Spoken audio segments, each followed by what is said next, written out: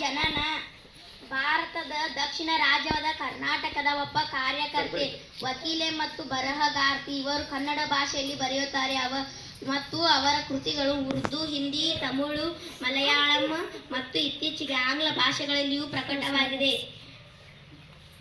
2015ರಲ್ಲಿ ದೀಪಾ ಬಸ್ತಿ ಅವರಿಂದ ಆಂಗ್ಲ ಭಾಷೆಗೆ ಅನುವಾದಿಸಲ್ಪಟ್ಟ ಸಣ್ಣ ಕಥಾ ಸಂಕಲನ ಹಾರ್ಟ್ ಲ್ಯಾಂಪ್ ಅಂತಾರಾಷ್ಟ್ರೀಯ ಬೂಕರ್ ಪ್ರಶಸ್ತಿಯನ್ನು ಗೆದ್ದುಕೊಂಡಿತು.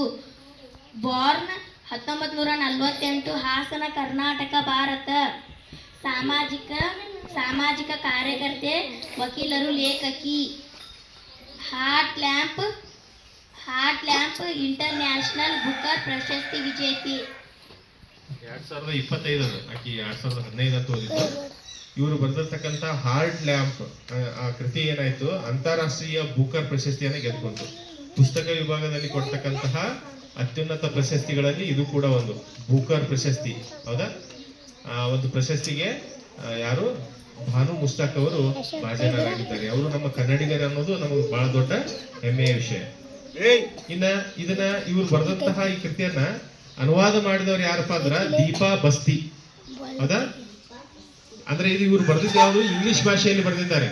ಯಾರು, ಭಾನು ಮುಸ್ತಾಕ್ ಅವರು ಇಂಗ್ಲಿಷ್ ಭಾಷೆಯಲ್ಲಿ ಬರೆದಿದ್ರು ಹಾರ್ಟ್ ಲ್ಯಾಂಪ್. ಅದನ್ನೇ ಕನ್ನಡದಲ್ಲಿ ಯಾರು, ದೀಪಾ ಬಸ್ತಿ ಮಡಿಕೇರಿ ಅವರು ಅದನ್ನೇನ್ ಮಾಡಿದ್ದಾರೆ, ಕನ್ನಡಕ್ಕೆ ಅದನ್ನ ಅನುವಾದ ಮಾಡ್ಯಾರ. ಅನುವಾದ ಮಾಡಿದಂತ ಕೃತಿ. ಓದಪ್ಪ ನೀನು. ದೀಪಾ ಬಸ್ತಿ ಜನನ 1983, ಒಬ್ಬ ಭಾರತೀಯ ಬರಹಗಾರ್ತಿ, ಪತ್ರಕರ್ತೆ ಮತ್ತು ಸಾಹಿತ್ಯ ಅನುವಾದಕಿ. ಕನ್ನಡದ ಲೇಖಕಿ. ಭಾನು ಮುಸ್ತಾಕ ಅವರ ಸಣ್ಣ ಕಥಾ ಸಂಕಲನ ಹಾರ್ಟ್ ಲ್ಯಾಂಪ್ ಮೂಲ ಕನ್ನಡದಲ್ಲಿ ಎದೆಯ ಹಣತೆ ಅನ್ನು ಆಂಗ್ಲ ಭಾಷೆಗೆ ಅನುವಾದಿಸಿದ್ದಾಗ ಇವರು 2025ರ ಅಂತಾರಾಷ್ಟ್ರೀಯ ಬೂಕರ್ ಪ್ರಶಸ್ತಿಯನ್ನು ಲೇಖಕಿಯೊಂದಿಗೆ ಜಂಟಿಯಾಗಿ ಗಳಿಸಿದ್ದಾರೆ. ಈ ಮೂಲಕ ಅಂತಾರಾಷ್ಟ್ರೀಯ ಬೂಕರ್ ಪ್ರಶಸ್ತಿ ಪಡೆದ ಮೊದಲ ಕನ್ನಡ ಅನುವಾದಕಿ ಎಂಬ ಹೆಗ್ಗಳಿಕೆಗೆ ಪಾತ್ರರಾಗಿದ್ದಾರೆ.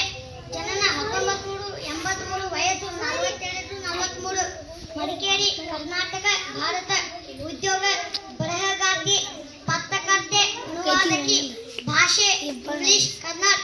ರಾಷ್ಟ್ರೀಯತೆ ಭಾರತೀಯ ಪ್ರಶಸ್ತಿಗಳು: ಮ್ಯಾನ್ ಬೂಕರ್ ಪ್ರಶಸ್ತಿ 2025, ಪೆನ್ ಪ್ರಶಸ್ತಿ 2024.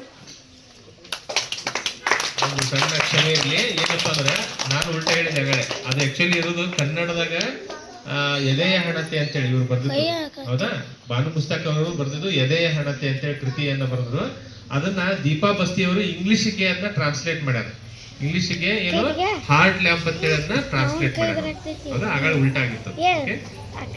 ನಾಳೆ ಮತ್ತೆ ಒಬ್ರು ಮಹಿಳಾ ಮಣಿಯರ ಬಗ್ಗೆ ನಾವು ಪರಿಚಯವನ್ನ ಮಾಡ್ಕೊಳ್ಳೋಣ. ಇದೇ ಇವತ್ತಿನ ವಿಶೇಷ ಸಚೇತನ ಚಟುವಟಿಕೆ.